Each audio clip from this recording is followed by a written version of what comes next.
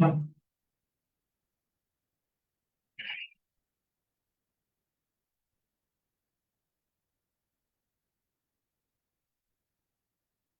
first question is, based on what it said in the Mamar, what is the difference between the nitzutz in food and obviously any other kind of object or article, and the nitzutz in the soyan?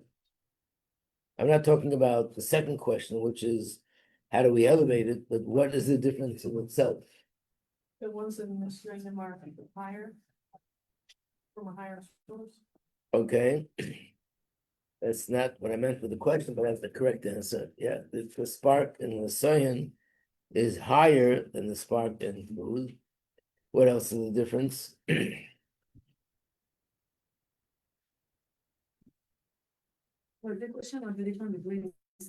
The spark in the soyan and the spark that's in the nitzutz in food. So this the difference.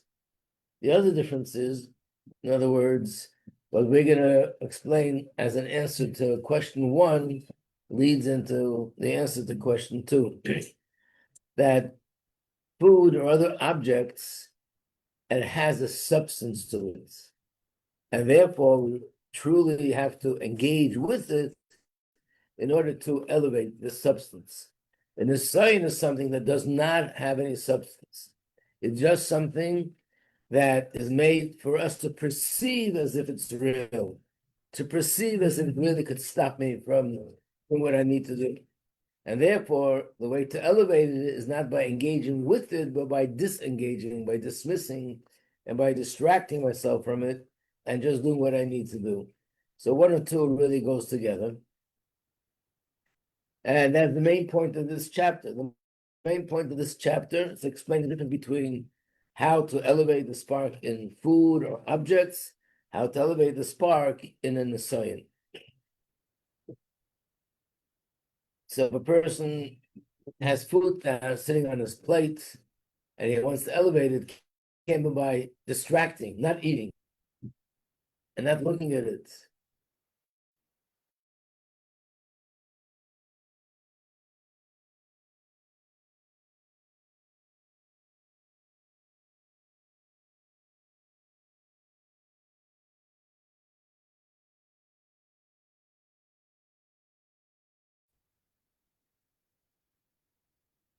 What would be the answer? What would you write to that?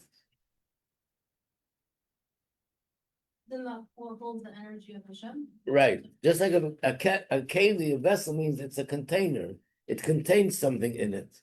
So letters also contain in it the content. Every letter, when you put it together in a certain order, has a meaning to it, and it contains in it the content. So this leads us up to the word teva. So we have a word teva, and teva that means nature, but in the Mamar it said it's also related to the word something that sinks in the water is called teva. Tovu bayamsu. What's the relationship between teva meaning nature or teva meaning something that sinks in the water?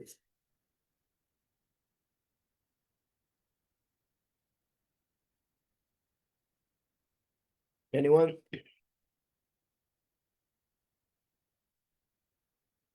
So he explained in the Mamar that when something is in the water, it's completely covered up in such a way that you don't even realize there's something in the water.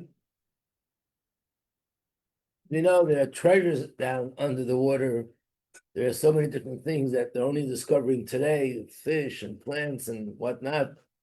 All these things are hidden under the water in a way that you don't even recognize that it's something hidden. If you take a blanket and you cover something up, you don't see it, but you can see there's something hidden here. There are other ways that you can hide. But in the water, it's completely concealed. So nature conceals godliness in a way that you don't see it, and you actually think that what you do see is the emes. In other words, I could be standing right in front of a treasure that's worth hundreds of millions of dollars, and I have no clue that it's there, If someone asks me, is there any money near you that you see that maybe could help me? Say, no, I'm not anywhere near anything that's valuable. And right in front of you, 3 feet under the water, there's a big treasure there worth millions of dollars. It means I don't see the emes, and what's not true seems to be, to me, emes. That's what Teva does. And how does the word Teva, which again is nature, how does it relate to another definition of Teva, Tabas, the same letters, which means a ring. Like in circles it, like from the outside almost, Right. So what's the like it's surrounding. It's not like filling, right? right? But surrounding in context of concealment. Yeah.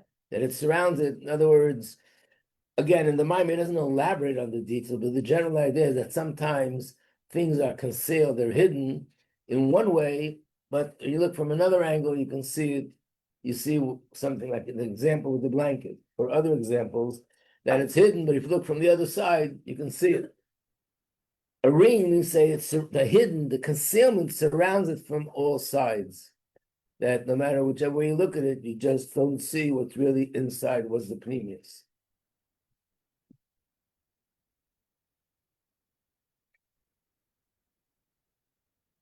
You know, the sun is hidden by day. I mean, by night.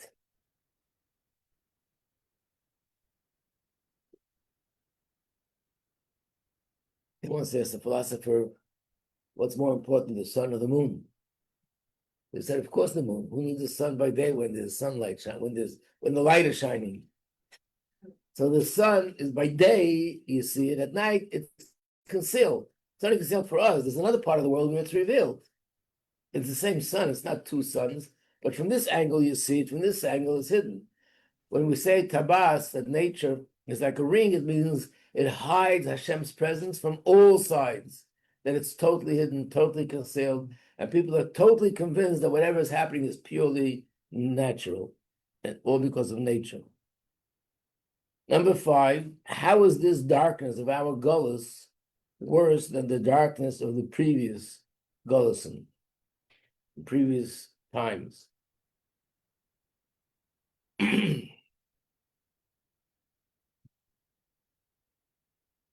This teaches me a lesson. We should really do the questions right after we finish that part of the mind. We'll try that next time. Well, the answer is, and this is a very important point, and it's going to come up a lot, and really helps us to understand a lot of other things. The answer is that, in general, as the generations move on, there's more spiritual darkness in the world, especially starting from, let's say, the destruction of the Beis Hamikdash. The Beis Hamikdash is a source of light to the world. And once it was destroyed, then the light was gone. But it's not totally gone, because we still have Torah, we have mitzvahs, we still have things happening. But it means it's not as bright as it was in those days, where people felt and they had the awareness and consciousness of Hashem in a very real way. But every generation post-destruction of Beis Hamikdash, it becomes a little bit less. Like the mashal that was given in class when we spoke about it, like a person who's sitting in a wagon in the middle of a town. It's at night, but nevertheless the roads are lit up because there's light from lampposts and there's light from all the houses around. But as I pull out of town and I go into the woods, now it's getting darker. But there's still some light that is lingering from the town. You can see it. It shines outside of the town a little bit. As I go further down that road, it gets darker.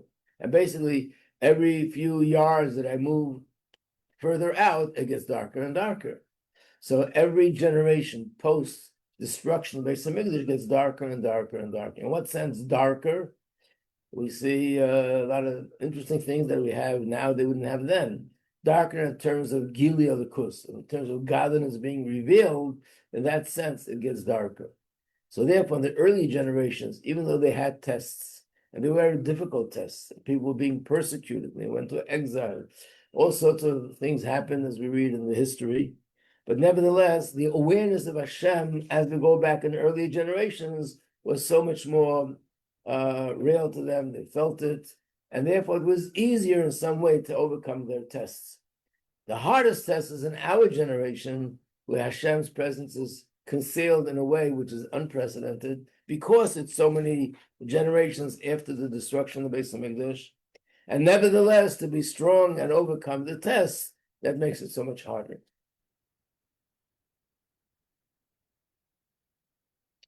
So what would be the main point of Ois Gimel?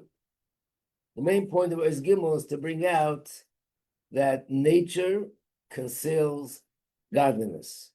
That's what Teva is all about. That's what Govus is all about. The definition of Govus, in essence, is the concealment of godliness. And therefore, the other side of the coin, the definition of Geula is revelation of godliness in the world. Go back to Ois Beis, page 20 in this booklet. What is the difference between the name Havaya and the name Elokim?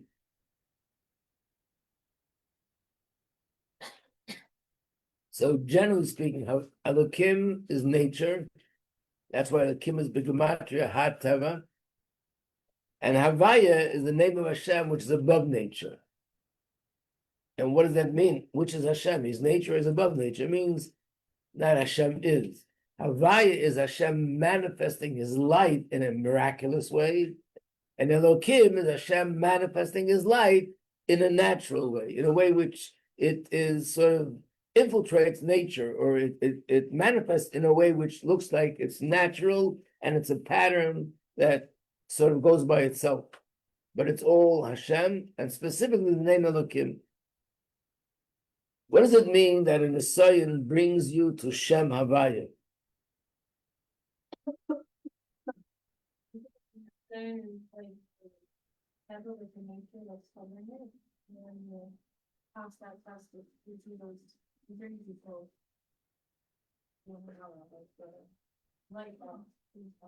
Right. In other words, not only that I, as a result of the test, it heightens my awareness of Hashem in general, but it heightens my awareness of Hashem as he is above nature. I recognize that. I feel that so much more. Why are oisias called avonim? Can somebody help me out? Why are oisias? Why are letters called stones? What's the metaphor here? Right. Just like with stones, you build a house, and depending on how many stones and what the order of the stones are, that will determine what can be in this home, whether it'll be able to hold 10 people, 100 people, or what the arrangement will be in the house, depending on the shape and form of the actual home. So too, letters, when they're put together, when they're combined, become like a home to a certain either concept or emotion, something which is being contained in the words, and that's why it says that with two stones you can build two houses. Being two letters, you can make two words, and so on. And why is the nitzis in the sign higher, from a higher source, nitzis in food? So we said before, because it comes lower. But how would you explain why is a sign lower than food? Both are concealed godliness. What makes the Nisayon lower? Food godliness is concealed, and the Nisayon godliness is concealed. No, that's true. And I'm asking what we say, because it's from a higher source, it can go down lower. But what is it that makes us describe a Nisayon as lower than food?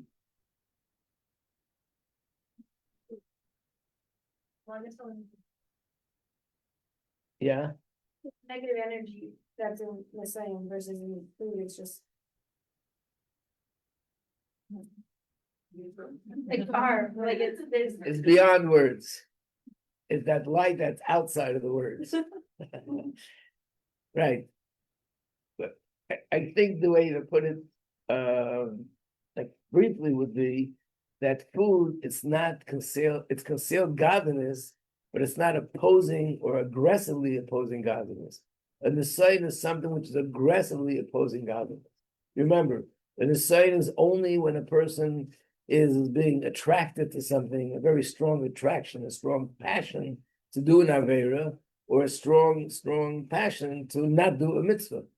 So, and that's something I have to fight with and struggle with. That's an aside. If there's no struggling, so just a piece of food. If the food is the kind of food that really pulls me away from keeping kosher, and I feel I can't, it's very hard for me to control myself. This is something which I really enjoy. It would be an aside. Even food would be an aside. But in general, food in itself is just godliness concealed in a passive way. And the sign is godly concealed in an aggressive way.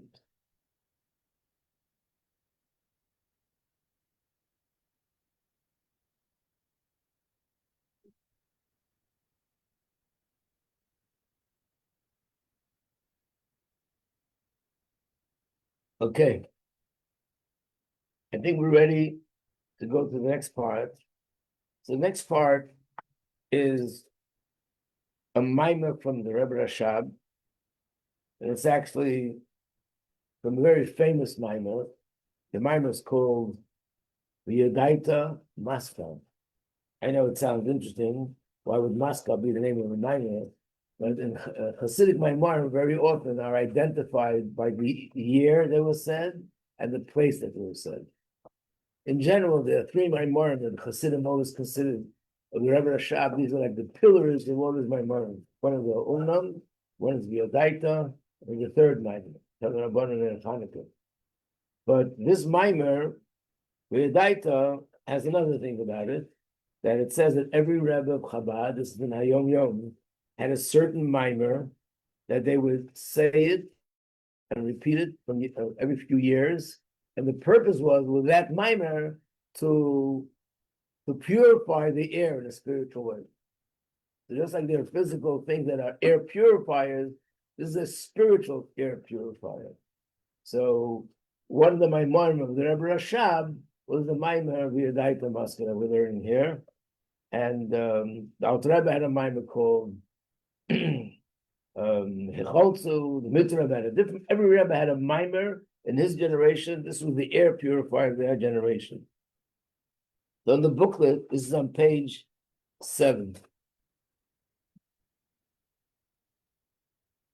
It's right after our mimer, it starts on page 7. Now, of course, I'm just I extracted that part of the mimer that relates to our subject of Nisayan. So I have to give a little introduction how we lead into this piece. The Maimon starts with the words Yodaita Hayoim, V'Shereis Al Rovecha, Ki Hashem Hu Elokim.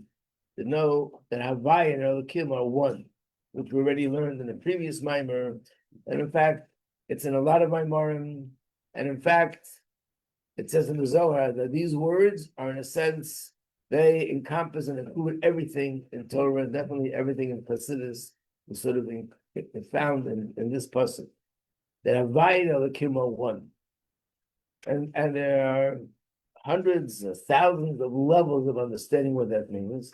But the general ideas, which we had in the previous mimer, was Havaya is Hashem being revealed, Elokim is Hashem being concealed. So one name of Hashem is the one through which Hashem reveals himself. The other one is Hashem conceals himself. On the surface, not only they're not the same, but they're actually opposites. One is going south and one is going north. One is revealing Hashem and one is concealing Hashem. So the pasuk says you should know that they're really one. And that's the point of this mimer. How can we say that two things which are going in opposite directions are really one? It's in the booklet, yeah. And look, it's right after the end of this mimer. On the bottom, it says number 7 there. And this has, Baruch Hashem, we have the English translation as well, so it's going to be helpful. You don't see it? Got it? Yeah. It's only recent that this was translated into English. The one who translated put in a lot of his commentary on it. So it's a big, thick book. But I just took out those pieces that related to it. So the general answer to this, and this is a mushal that's used a lot by the Rebbe Rashab, by the Friedrich Rebbe, by our Rebbe, the mashal of a teacher and a student. That we know from other places that when a teacher is someone who's on a very high level, I'm not talking about a teacher like people of our own caliber, and one person's teaching another. I'm talking about Tanoim, Amoraim, like a Rebbe, someone who's in a higher caliber, different caliber completely. He understands the concepts on a very deep and a very abstract level. And no matter how much he'll try to explain it to the students, they just wouldn't get it. They just can't relate to it. Similar to the way we would try to explain a concept of Chassidus to a 5-year-old or a 3-year-old, you won't get anywhere. No matter how much you chew the words and how much you use you take out your thesaurus and use the best words you can find, he won't understand what you're talking about. You're talking about spheres or about emotions or about different faculties of the brain. He just can't relate to it. It's too abstract for him. So these are people that are such great chachamim. They're so wise and so deep that the way they understand the same subject that we understand is so much deeper and more abstract that they can't even explain what they understand to us. And for that purpose, they need a mashal. And we learned in class that Rav Shlomo HaMelech needed 3,000 mashalim. Remember what we said, that it was so deep that even the mashal was too deep and needed a mashal to explain the mashal, and a mashal to explain the second mashal. And altogether, he needed 3,000 mashalim to explain one concept. What was the concept? Whatever the concept was. If he was explaining a certain idea, an Indian in Torah, a certain stories, he needed 300 mashalim to explain others what he understood. So the question is like this: someone who is brilliant and has to communicate a concept to a student, and therefore he conceals it in the mashal. Is the mashal a concealment or is the mashal revealing?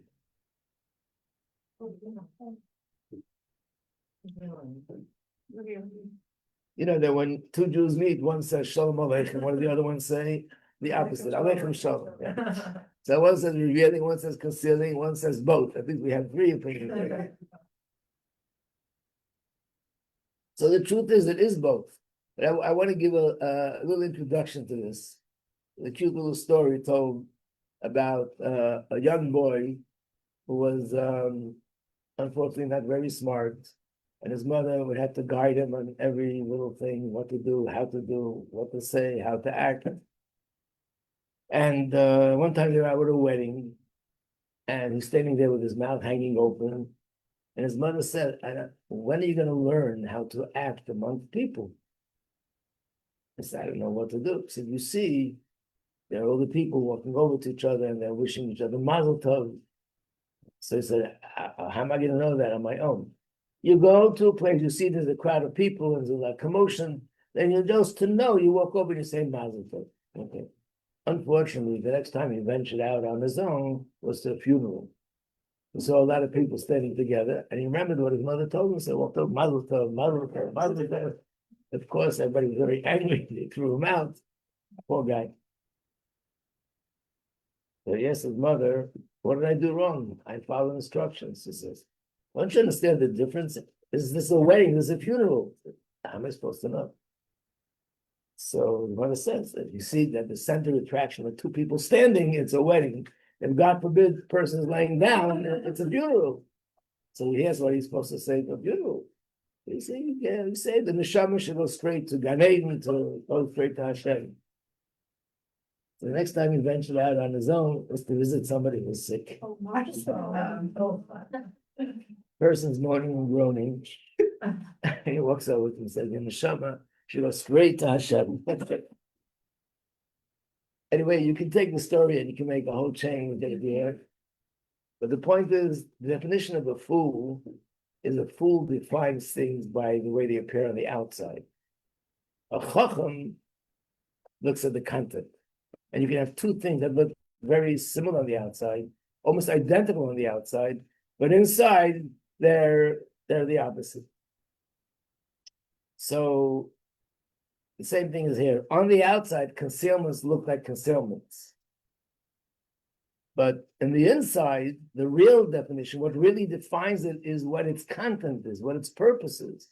Being that the purpose of the mashal is not to hide it from the student. On the contrary, if the teacher would tell the student the concept the way they know it, the student would be confused. Or sometimes it would be so deep they wouldn't even be confused. They'd be like talking Chinese, they wouldn't understand the word. So that means that the purpose of me hiding the concept in a mushal is actually to reveal to you what I know. So therefore, mushal, in essence, not a concealment, it's to reveal. But technically, it does conceal. So what it does is it conceals the real depth to it, but at least it reveals some sort of an external part of this concept. In other words, Shlomo Melech gave a mushal, or let's say Rabbi Meir gave a mushal, the way he understood it really never came to the student. But what the student did understand was at least sort of the skeleton of the depth of what his teacher was teaching. Without that, he wouldn't even have the skeleton. He wouldn't have anything. You need a mushal? It's understood, right? So in the language of Chassidus, the pnimius still remains with the teacher, but the chitzonius, the exterior of the concept, the outline of the concept, the skeleton of the concept, whatever word you want to use, which means the concept on a more superficial level is being communicated only because he's hiding the pnimius. If you wouldn't hide the pnimius and just say it in the way he understands it, we wouldn't understand anything. And therefore, Havai and Elohim are one, being that the purpose why Hashem conceals his light is not to withhold it from us. No, the purpose is to reveal his light. But because we are in a physical, limited world, and he is infinite, and if he's going to reveal his light as it is, we wouldn't be able to receive it. So he hides his light, the pnimius, so we should get a little bit of the light that we do get. So that means the purpose of the concealment is to actually reveal. So Havai and Elohim are really one. They're both on the same page. Both are there to reveal. So the purpose of the concealment is to reveal. Got it? So the world connected to creation and Which is, I didn't get there yet. What does it say? it's a very long one. It's about Abraham being on a higher level than the new like because he did this world bring out that one slow. I don't know if this is what this meant.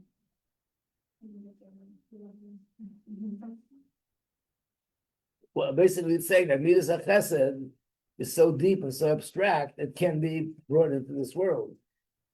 In other words, so what Avram did through his avodah, because he was human, I guess, and he did his avodah in a way which is more concealed. Therefore, he's able to bring down that high thing to this physical world. So it is the same point that the purpose of concealment, like in the case of the mushal, is to reveal, not to conceal. Even though technically it's a concealment. Now he's going to add another point. And all this is to lead up to understand the Messiah. Let's read now. I'm here on page 7. I'll read the Hebrew. You can follow in the Hebrew or the English. Obe'emes, in truth. Before he explained that for the recipient, things are being hidden. But in essence, it's really revealing. Even for the recipient, for the teacher, for sure, it's not a concealment.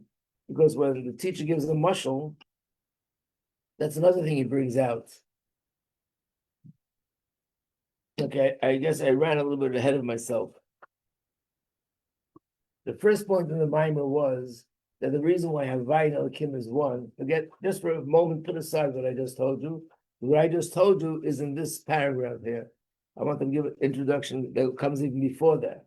The first point in the Mamar is that Havai and Elohim is one because for the teacher, if he gives one mashal, 10 mashalim, 300 mashalim, 3,000 mashalim, for him it's not a concealment. He sees right through it all. He knows the depth of the concept. So therefore, for Hashem, Havai and Elohim is really one. the point that I gave before is in this paragraph that even for the student, it's not a concealment because the ultimate purpose why it's being concealed is to reveal. And unless he would give the mushal, the student wouldn't be able to receive anything.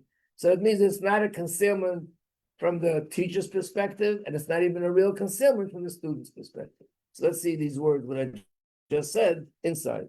But in truth, gam the gabi hamakabel, even from the makabel's perspective, the recipient's perspective, it's not a true concealment. Why?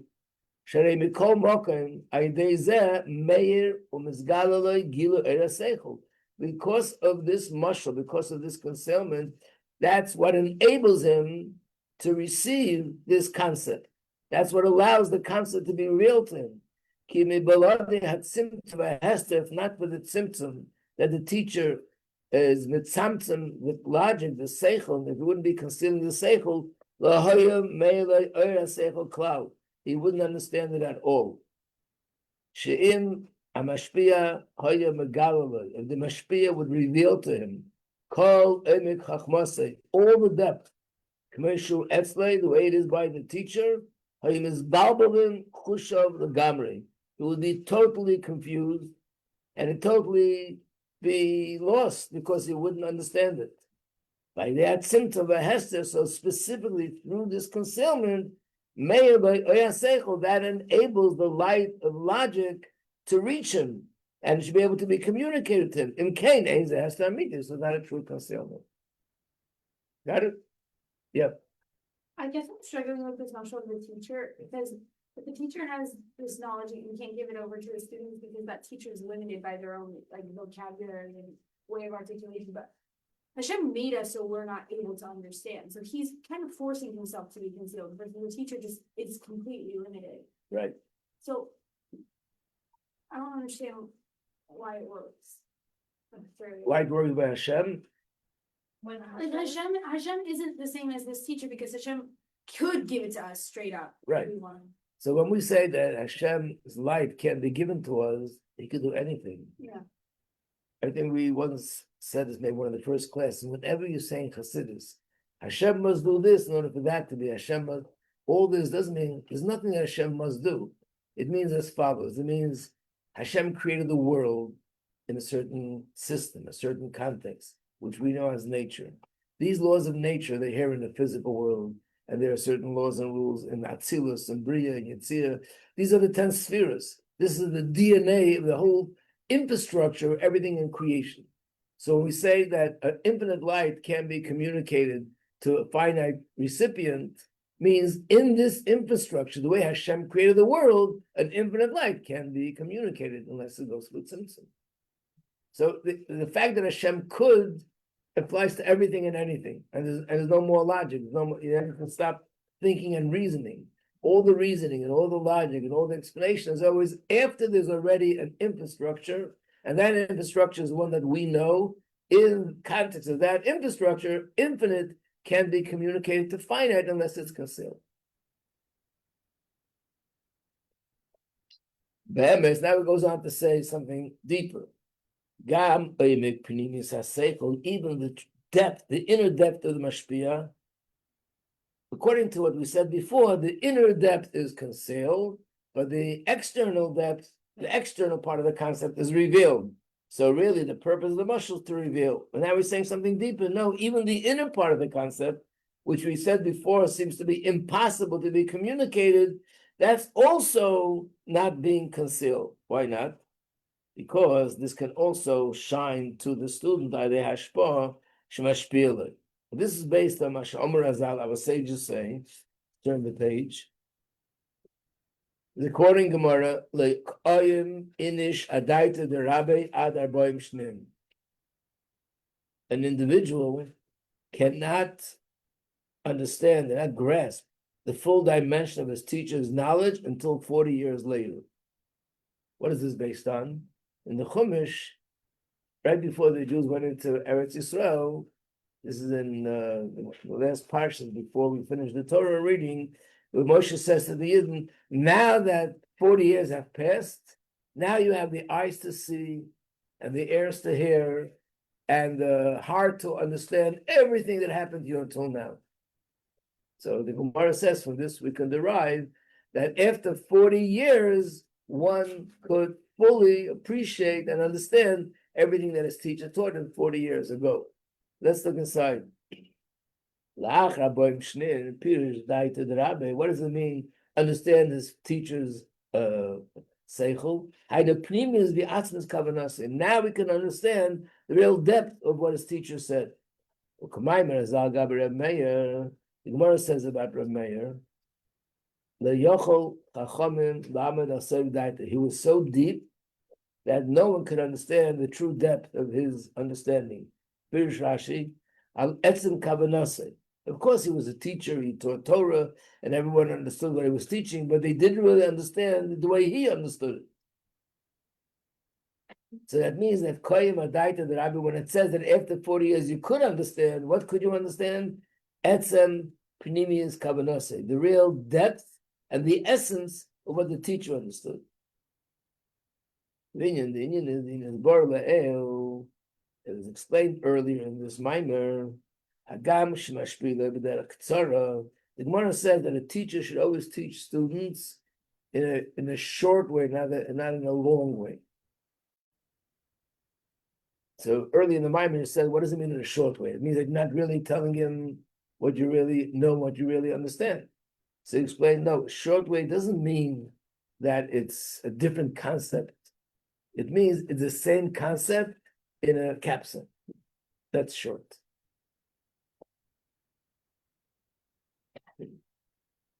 In other words, he gave the example of a Mishnah. When you study Gemara, you have a Mishnah. How big is a Mishnah? 5 lines, 7 lines, 10 lines. It's a big Mishnah. How much Gemara is there on the Mishnah? 10 pages sometimes. 10 pages of dialogue and discussion on the Mishnah of 5 lines. And then on the Gemara, there's commentary of Rashi, commentary of Tosfos, and hundreds of hundreds, probably by now thousands of commentary. And it's all based on the Gemara that's based on the Mishnah, all included in the Mishnah. And where does the Mishnah get what it got from? From a pasuk in the Chumash. So basically it means it's short and brief, it contains all the depth in it. So when it says a teacher should teach a student in a brief way, it means that whatever they teach, they should give them what they understand, all the depth, but they should present it to them and communicate it to them in a way where the real depth is hidden. What should be revealed to the recipient, just a reflection, an external reflection of what he understands. And but the real essence is hidden in what he tells it. Where is it hidden? Basically, when a real chacham, real wise sage says something, later we start going into the details. Why did he use this word? Why not a different word? Let's say, for example, when we were studying about Rosh Hashanah, we said, why is it called Rosh Hashanah? Why is it not called Tchilas Hashanah? You can either call it the head of the year or the beginning of the year. By using the term the head of the year, open up a whole door of hundreds of Mamar explaining how the relationship between Rosh Hashanah and the rest of the year is like the head and the rest of the body. It's just a difference in a word. And then there's differences in letters and different nuances in what the teacher taught. That's where all the depth is hidden.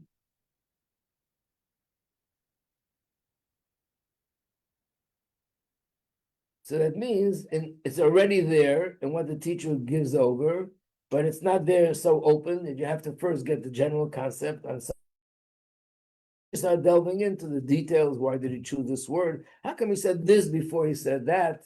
How come this is all the way at the end? How come he didn't say something else which would be more appropriate, more suitable? And you start figuring out that there's so much more depth hidden here. Slowly, over a period of 40 years, you're sort of able to draw from what you were told all the depth that's really hidden there. By the way, this student that he's talking about is a student also, not the teachers like us and not the students like us. So the teacher is one sage and the student is another sage, but he's a student and a teacher. In our caliber, people don't have that kind of depth. So this student that after 40 years, he's going to be like Reb Meir, probably is one of the students, which were also one of the sages of the Gemara. So therefore, the Makabel, the recipient, who receives what the teacher gives him, first it settles in his mind the concept on a general level. Then he goes into the details and analyzes all the details, specific words that are chosen, specific letters that are chosen, or like I said, the order of the way things are said, or things that are not being said. Through that, he comes to understand the real depth of what the Mashpia knows and understands. So therefore, he's going to conclude, we'll do that tomorrow, with Hashem, that at the end of the day, not only is the purpose of the mashal to reveal at least some of the concept, but really eventually through the mashal, after 40 years, we'll get the whole concept. So therefore, the concealment is not a real concealment. Like temporarily. Right, it's temporary, and it's only a means to reveal. So the fact that it's temporary, you'd say, but it's temporary. But the point is, like I said before, the way to define something is by what its purpose is. If ultimately the purpose is to reveal all the depth of my cycle to the student, in essence, I can't define this as concealment. It's defined as the opposite, a tool to reveal, not a tool to conceal. It's going to explain the same as with Havai and Elokim. But in order to understand that, we'll have to, sorry, we'll have to wait 24 hours. Or 40 years. No, what? Or 40 years. Or 40 years, yeah.